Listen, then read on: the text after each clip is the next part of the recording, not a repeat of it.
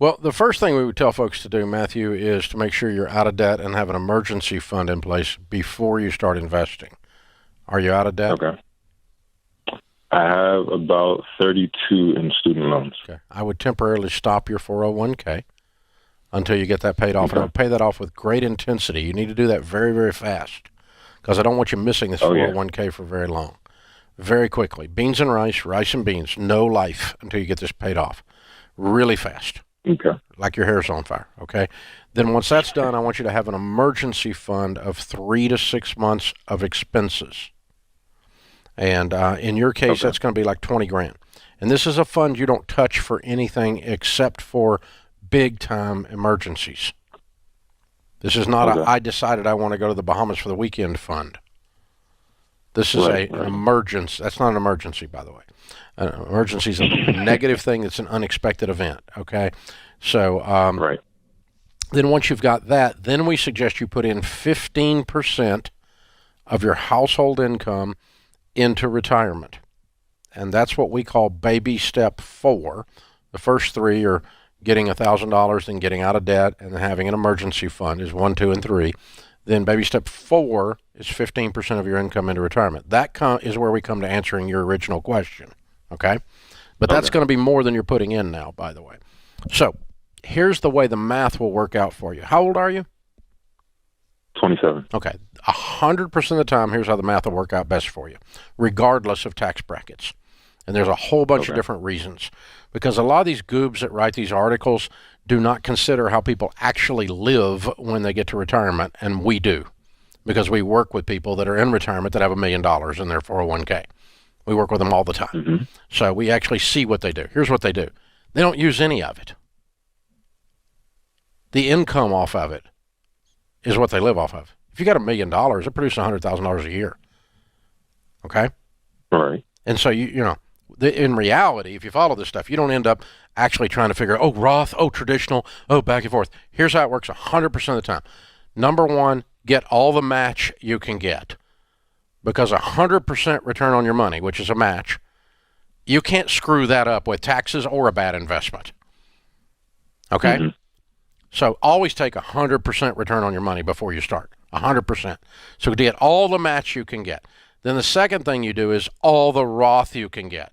Because Roth is tax-free.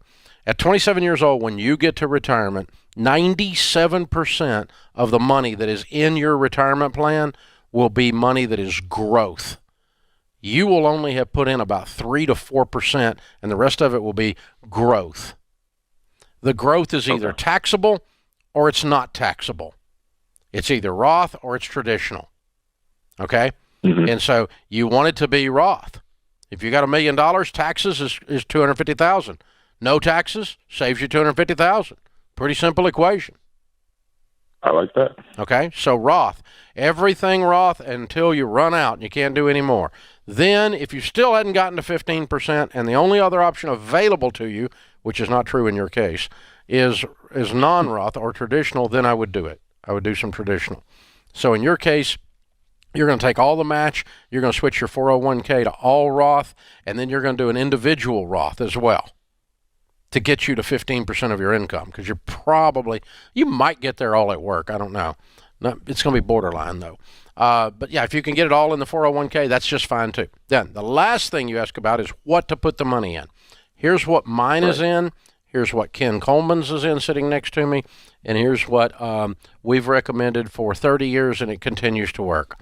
I spread my mutual fund investing in my retirement across 4 types evenly, 25% each. Ready? Growth. Yeah. Growth and income. Aggressive growth. And international. And I look for the fund in the selection that I have in your 401k that has the longest, best track record in each of those categories. Warning ahead of time, the underperforming category of the 4 is the international. It's not done as well. Okay? But I still want some overseas. I don't want 100% bet on the American economy. I'm trying to diversify across types of funds and types of stocks, and over the long haul, that'll play out every single time. I got a letter on my desk that came in this morning from a guy who started 19 years ago. He's got $3 million, and all he's done is those 4 funds, starting from nothing. All he's done is those 4 funds. And the weird thing was the letter is now he's spooked and he's wondering if he should keep doing it. That's just hilarious. But yeah, no, I'm 62. I got millions of dollars in my retirement, and it is all in those 4 funds. I don't tell people to do stuff different than I do it. So Matthew, you're a new listener. We're honored to have you. Hang on. We're going to give you a copy of Total Money Makeover and send it to you, and it's going to give you the details on the baby steps and the details on what we just talked about.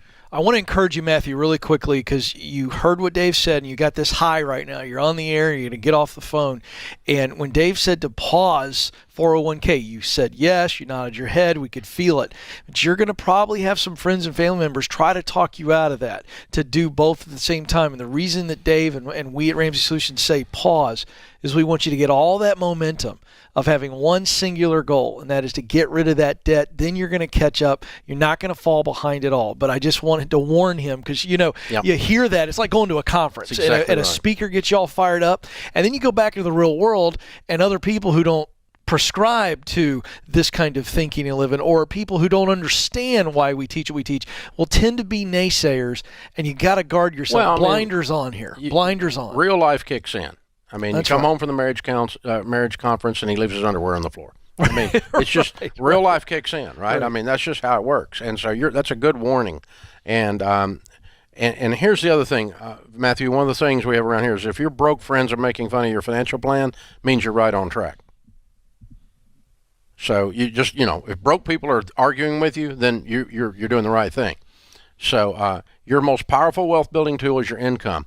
And as long as Sally Mae has her own spare bedroom at your house, as long as Navient lives in the basement, you got a problem.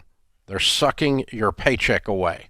And so you have to smack them in the nose and get rid of them as fast as you can. Mm-hmm. It's vital that you get control of your most powerful wealth building tool, because saving 15% of $120,000 is no picnic, but it can be done if you don't have any payments. Yeah. And so when you prescribe rice and beans and rice, that is a struggle, but it is designed to streamline you getting out of this process. And now it's all just compound interest and investing and doing those things you talked about. And so that's the thing you got to understand. There's a reason why you say you have no life. It's to get done as fast as possible, get through the storm as quickly as possible. You know what you can do if you got $3 or $4 million and no debt? Anything a lot you more want. than you can do when you're broke. I mean, you got these choices. You got options in. And that's the idea. That's where we're wanting to take you to. We want you to be a baby steps millionaire. So, and that's the next step after you get through this stuff. So it is hard. It is living like no one else, so that later you can live and give like no one else.